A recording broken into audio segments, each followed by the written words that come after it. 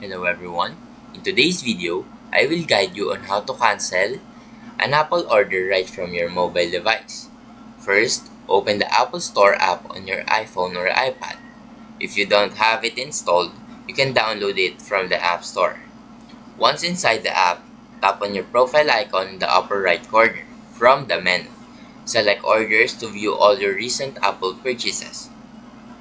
Scroll through the list of orders until you find the one you want to cancel.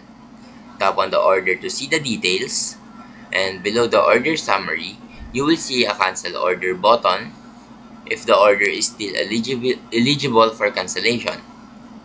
Tap on it and confirm your choice when prompted. Once your order is successfully canceled, you will receive a confirmation email from Apple. The refund process will also be initiated if any payment was already made.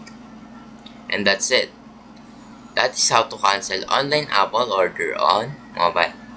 Now if you found this video helpful, please leave a like and subscribe.